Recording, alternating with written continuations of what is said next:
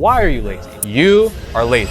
Assalamu Alaykum wa rahmatullahi wa barakatuh. Ramadan is coming up and I want to make sure that we're all prepared to get the most out of our ibadah for the sake of Allah, having optimal health instead of having all these health ailments, mental laziness, and all these other things that stop us from making the most of Ramadan. You see, most people, they wait until the last minute to get ready for Ramadan, but it's too late. You're not going to have time. You're going to be too tired. You think that Ramadan is going to save you, or at least a lot of people do, only to find that if they go into Ramadan starting on the back foot, that they don't make the most of this blessed month. So I want to go through the 14 worst pre-Ramadan mistakes that most Muslims make, and I have a detailed slideshow here for you today, inshallah, to ensure that you don't make the mistakes that might ruin your health, your energy, your ibadah, that will cause you to fall short of your full potential in Ramadan. I don't want you to waste this month. I want you to make the most of it, and I want you to end up better than you started instead of ending up worse than you started, having gained weight, having become obese, and having missed out on the iman renewal, our ibadah, gadis, duas, forgiveness. I don't want you to be full of regret. Today, I want to show you how to prevent and fix all these issues with my best iftar and suhoor strategies, with my best snacking strategies, my best habits, and my best pre-Ramadan prep methods that you can use so that you can optimize your pre-Ramadan prep, which is absolutely critical. If you skip on pre-Ramadan prep, you're definitely falling short of what you can do in Ramadan. But even if you discover this video late in Ramadan, I'm going to teach you the Ramadan optimizations as well. But I'm going to give you a nice ramp up to ensure that you can get ready for Ramadan. At the time I'm recording this, we are, I believe, less than 100 days out from Ramadan. By the time that you're watching it, it might be 90 days or less out from Ramadan. So we got to start ASAP. And so therefore, without further ado, we're going to dive deep into this video. I have an in-depth table of contents, but I'm going to skip over that because I want to make sure that we get right into the meat. And so the first mistake, I've alluded to it already, is procrastination and waiting until the last minute. So again, if we don't build a foundation of discipline, metabolic health, muscle reserves, and health overall, then it's going to make it hard once we do hit Ramadan if we haven't prepared prior to keep up with healthy routines and consistent ibadah. Because if we feel rushed and our energy levels are low and not optimized when we start Ramadan, it's going to be very difficult to achieve your physical, mental, and most importantly, which is the real 100% focus of Ramadan, your Islamic goal. So you need to start preparing for Ramadan as soon as possible. As I mentioned, 90 days is ideal, which is right about the time that we're going to be posting this, is 90 days out from Ramadan. It might be slightly after that, but even the 8-week mark isn't too late. Even the 4-week mark, the earlier you start, once we're in that 90 to 120 day countdown, Ramadan's going to come up faster than you think it is, as it always does. So don't show up unprepared. Proper preparation prevents poor performance. So make sure that you're preparing properly, which is the point of the video today. So whether you're seeing this as soon as I post it or a few weeks or months later, start now and don't procrastinate until the last minute, because today is always a better day to start than tomorrow.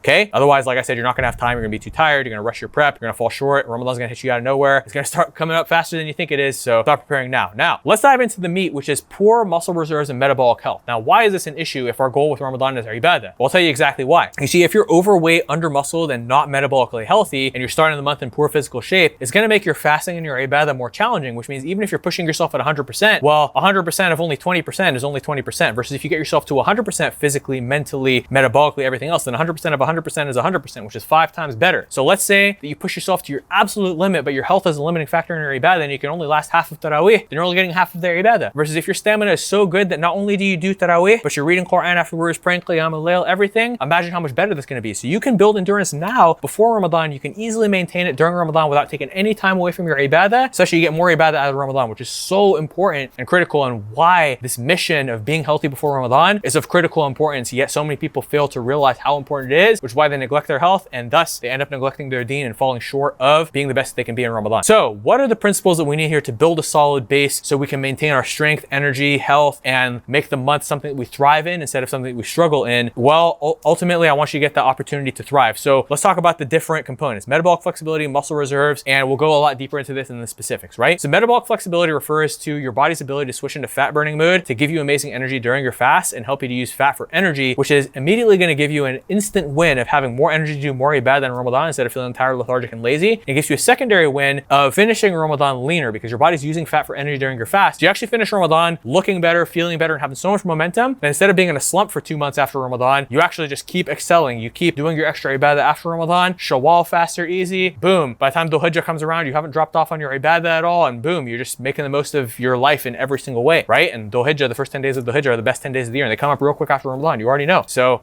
time doesn't stop for anyone. So at the end of the day, we got to take advantage of the time that Allah has given helping us to be the best that we can be. So again, don't let yourself be somebody whose health is all messed up, whose mindset's all messed up post-Ramadan. Take care of it now. And we're gonna talk about exactly how to eat to optimize your metabolic flexibility when it comes to suhoor. Now, let's talk about muscle reserve. So your body needs to have enough muscle, which in addition to optimal gut health and optimal calorie turnover and metabolic health is a large component of your metabolic health. Because if you don't have enough muscle, you're gonna have a slow metabolism, but you're also gonna feel weak. You're not gonna have enough endurance to stand during Tarawih. You're gonna get back pain because your core is too weak to support your back. So your spine is taking excess load. Your lower back muscles are straining, taking excess load, and getting back pain during Tarawih. It reminds me, I had an interview with my client Mazen, who started shortly before Ramadan 2 years ago. And for the first time in his life, he was able to pray all 20 rakat of Tarawih at his masjid without any back pain. Now, I'm not trying to get into a debate between whether it's 8 rakats or 20 rakats. That's beyond the scope of what we cover today on this fitness channel. I'm trying to help you guys get fit so you guys can do more ibadah at the highest capacity. From there, for all these other things, you can consult with the scholars. I'm not a sheikh, I'm not a mufti, I'm not a scholar, I'm just a layman. So I'm not qualified to give you Islamic advice, but I am a top 1% fitness coach, not just in the Muslim niche, but in every niche. And thus, I mean, obviously we niche down with Muslims, but even if you put me against any non-Muslim fitness coach, I'm still top 1%, alhamdulillah, by Allah's permission. So you can only really trust my fitness expertise, but not, Islamically, I'm not qualified to answer this question. So you gotta consult a reputable scholar. But anyways, so that wasn't the point of that though. My point is that if you improve your strength, you're not gonna get back pain during Tarawih, just like Brother Mazen. So it's key that we have 2 phases before Ramadan. The first one is you need at least 4 to 8 weeks of muscle building, and you need at least 4 to 8 weeks of fat loss, depending on how much time you have left. If you only have 8 weeks left, you're gonna have to do 4 and 4. Okay, if you have less than 8 weeks left, tap the link in the description. We have our app, we have our custom coaching programs. I would probably recommend jumping into the custom coaching program for that one so we can really custom tailor it to you. But even in the app, we have Q&A, we have guidance, we have modules, everything else to really help you with this situation. But again, here's my exact recommendation. If you are somebody who needs to build muscle more than you need to lose fat, and you have about 90 days till Ramadan at the time I'm posting this, I would recommend an 8-week lean bulk, because your main thing is you need to gain muscle because you're under muscled, followed by a 4-week mini cut to prepare your metabolism for Ramadan. If you already have plenty of muscle, but you need to lose fat, I would recommend 8 to 12 weeks of cutting or fat loss, since you're already solid on muscle in the preparation for Ramadan. And if you're under muscled, but you also have very high body fat, you're very overweight, you have a lot of body fat to lose, I would recommend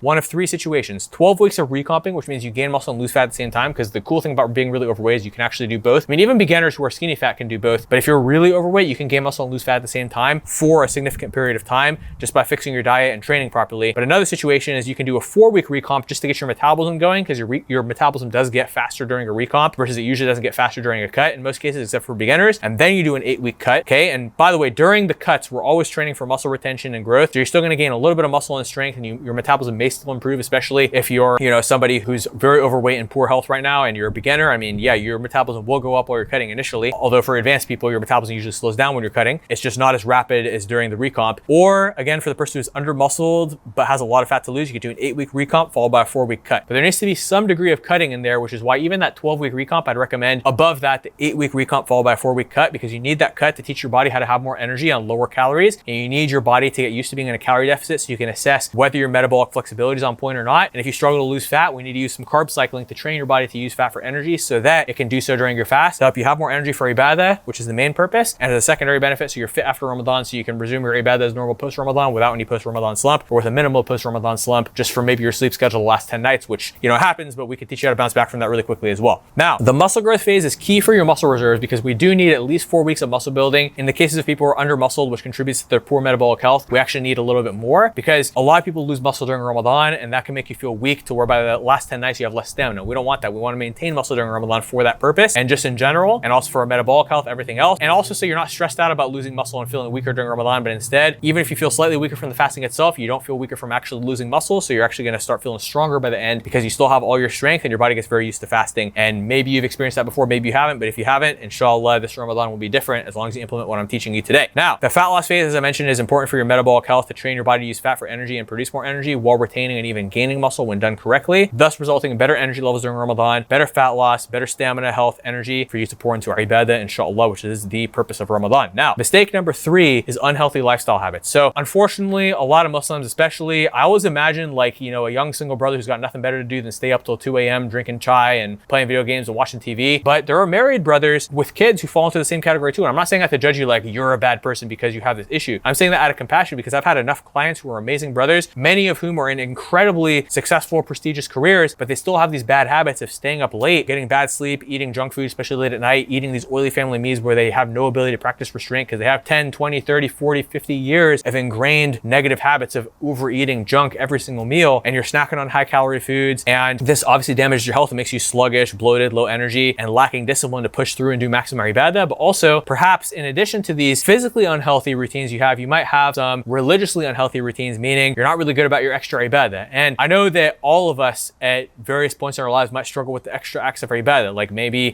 just doing your fard but not doing your sunnah prayers. And alhamdulillah that we're doing our fard, and some people even struggle with fard, which is a very serious issue that we definitely need to correct before Ramadan. But, most of my audience is, brothers and sisters who are praying 5 times a day, but you might struggle with tahajjud, especially after the summer. You might struggle with your sunnah prayers, especially if you're going through a rough time in life, when actually you should be praying more, but yet it's harder because we feel so low energy if you're going through difficulty, stress, whatever it may be. And may Allah ease your situation if you're going through a hard time. Maybe your life is great, but you just haven't been working hard. You've been lazy because you're in a time of prosperity and comfort, to where you're not really doing those extra ibadah that you would be doing if you're more desperate to Allah. So you're being tested with blessings right now, but if you're not doing your extra ibadah, you're failing the test. And I'm not saying that to say that you're a failure. I'm saying that to inspire you to succeed at the high level that I know you can succeed at by Allah's permission. So may Allah help us all to do more ibadah and to take care of the body He gave us and take care of the deen and iman that He gave us. So as I mentioned, many married brothers sleep 4 to 6 hours a night. Again, I wasn't even able to do that in my late 20s. Now I'm in my 30s, and I have no idea how guys in their late 30s and their 40s and even their 50s manage to only sleep 4 to 6 hours a night. But it's no wonder these people have no energy. It's no wonder why these people are bloated all the time. It's no wonder why these people struggle with weight, low testosterone, libido, and ED as well, right? These are all issues. And this is a result of staying up late after your kids go to sleep, binging in the kitchen after a long, stressful day, waking up early to slam caffeine to work, barely getting enough sleep, and not having enough time to nap because you have work and family obligations. This is a very common situation that we've had to help a lot of brothers get out of. Like I mentioned, you got the single brother staying up till 2 a.m., drinking chai, chilling with the brothers from the masjid who sleep until 11 a.m. the next day. And they fall short of their full potential, and they miss out on those morning barakah hours, which makes it hard for them to get ahead in life. It makes it hard for them to be in that proactive rhythm so they can get married, because they have this attractive, proactive energy to them, because they're living more reactive, staying up till 11 a.m., just going with the flow in life, not really being a man, right? So don't waste time. Get on your routines, build your business, build your career, build yourself, build your routines, build your body, and inshallah, may Allah bless you with an amazing spouse. And if you get your energy dialed in, you'll be able to make more dua in Ramadan and make dua in Laylatul Qadr that Allah gives you a wife this year. And if it's good for you, may Allah facilitate it for you. And if there's a delay, may Allah give you the sabr to stick it through. Ameen. May Allah help us all stay away from sin. Ameen. So what I need you to start doing is I need you to start going to bed by 10 p.m. every night. Now, you might come to me and say, well, brother, I live in Indonesia, I live in Australia, Ramadan's gonna be in the summer, Tarawih is gonna be until 2 a.m. Okay, if that's the case, you're an exception to this. But alhamdulillah, in America and the northern hemisphere this year, Ramadan is gonna be during the winter and before the time change, or at least part of Ramadan is gonna be before the time change, meaning that Tarawih is gonna be pretty early. Like right now at my masjid, Isha is at 7:30, subhanAllah, and there's even another masjid where it's at 6:30, subhanAllah. So, you might be done with Tarawih and even some Qiyam al-Layl by 10, be able to sleep till maybe, 3, 4 a.m. and then get your tahajjud in, boom, get your suhoor, maybe take a qaylula between dhuhr and asr, boom, you're getting 7-8 hours of sleep for the whole month, you're cruising. By the time the time change hits, hey, it's the last 10 nights anyways, we can, get 10 nights of 4 hours of sleep because we're doing all the ibadah, boom, you have a smooth Ramadan. So there's lots of different ways to do this. But it starts by building good habits before Ramadan of getting to sleep by 10 p.m. every night,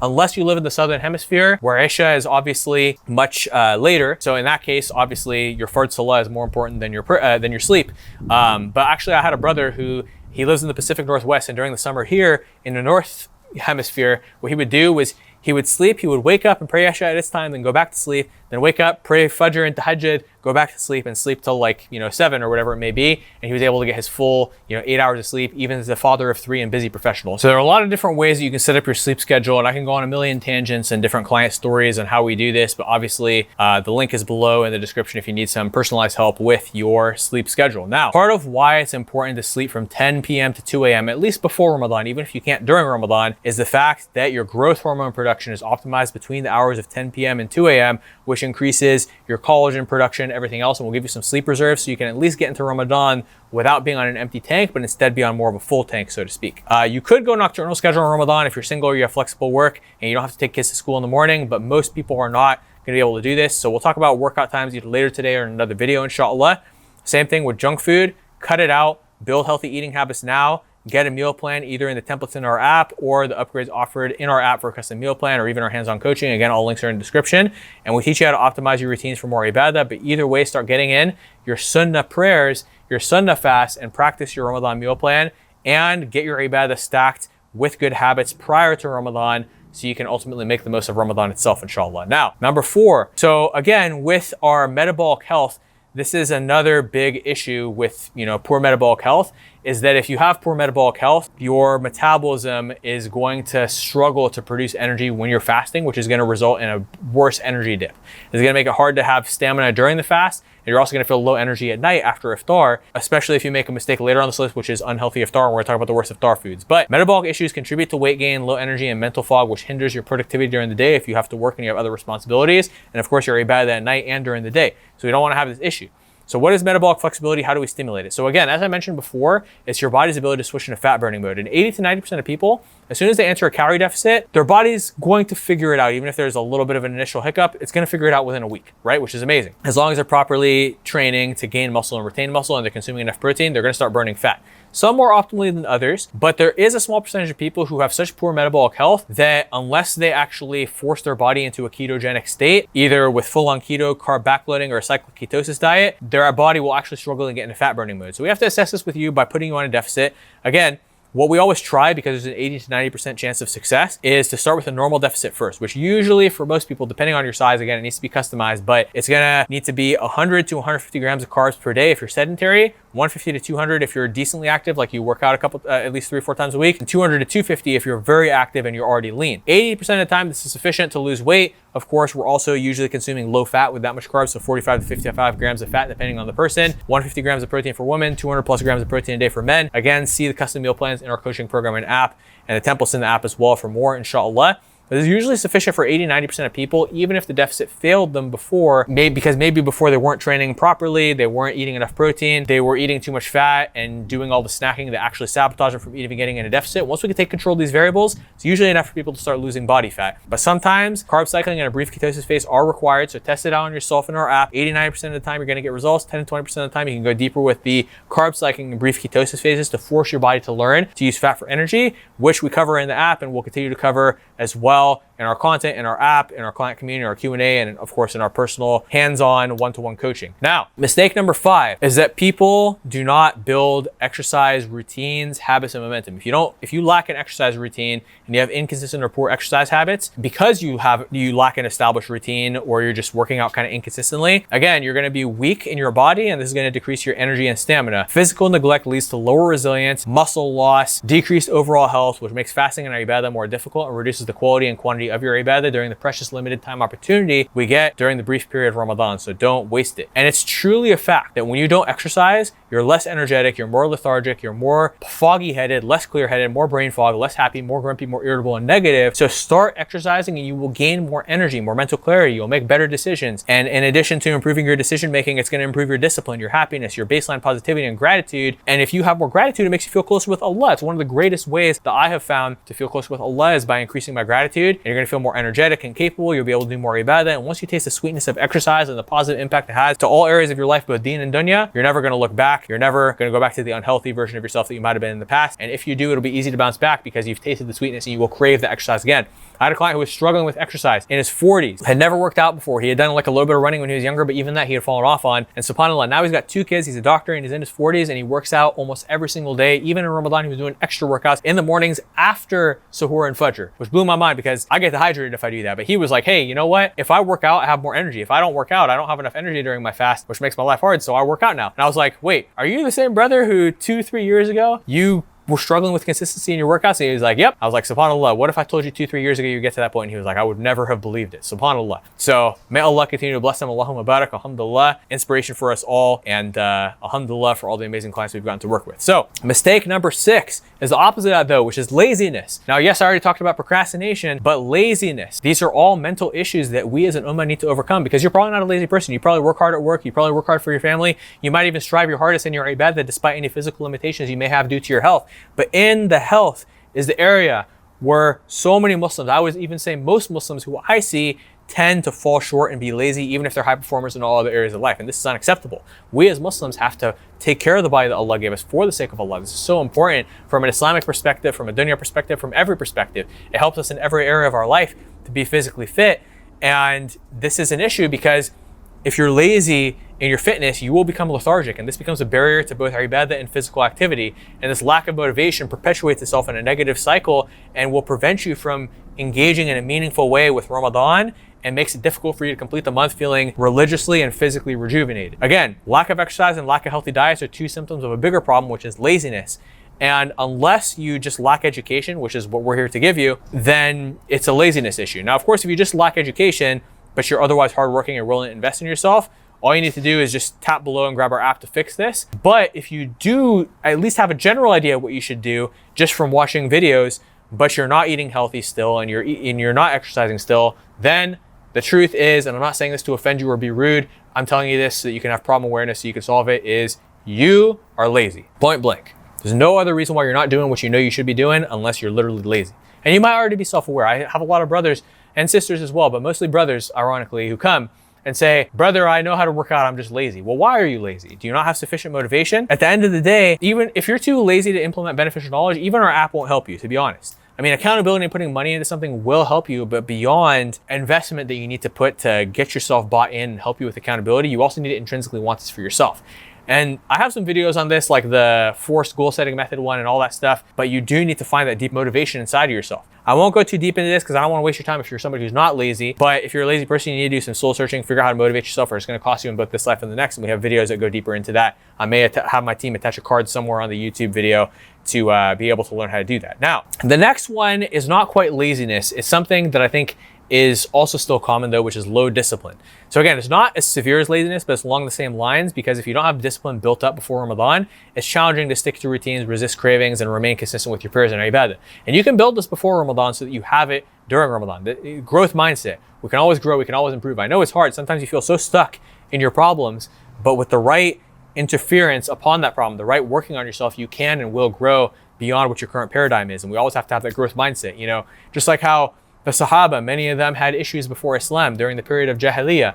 You know, one of the Sahaba even was talking about how terrible all of their lives were in the years of Jahiliyyah before Allah saved them through Islam. So subhanAllah, maybe you've had similar experiences in various areas of life where you grew, whether it was Islamically, whether it was in multiple different areas, but we can always grow beyond where we are today. So build momentum with your discipline now by saying no to unhealthy food and going and taking action when you don't feel like it. Whether it's working out, whether it's meal prepping, whether it's working harder, whether it's waking up earlier, whether it's praying tahajjud, whether it's praying your sunnah prayers, whether it's doing more adhkar, whether it's reading more Quran, whether it's sunnah fasting, anything that you could be doing, that you should be doing, that you're not doing, even if you're not a lazy person, but you just know you could be doing better and reaching your full potential, start doing it today, and you will never look back, because your life's gonna get so much better for both this life and the next, bi'idhnillah. And the beautiful thing is that by the time Ramadan comes around, you're already gonna be in the habit and energy of discipline, and you're gonna crush it, bi'idhnillah, inshallah. So I want you to think about this. I want you to imagine a man who spends the 90 days leading up to Ramadan doing all the habits I just outlined. You know, working out, saying no to unhealthy food, eating healthy, praying all the extra prayers, doing all the extra ibadah, adhkar, reading Quran, sunnah fasting. If a man does all these things, or a woman does all these things prior to Ramadan,